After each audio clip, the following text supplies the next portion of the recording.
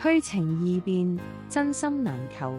我係子琳，今晚嘅藥方係滿口情話嘅虛情遍地皆是，默默陪伴嘅真心萬分難求。好多人中意用甜言蜜語討好他人，用空口承諾堆砌美好假象，輕易就能講出動聽嘅誓言。但真正嘅心意從來唔靠嘴講，而撞喺點滴行動、長久陪伴同細心體諒之中。虛情假意熱烈一時就會消散，真誠真心歷經平淡先會長存。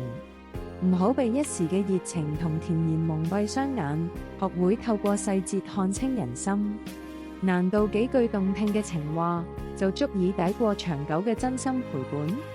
我係子琳，遠離虛情，珍惜真心。點個訂閱，願你從此百毒不侵。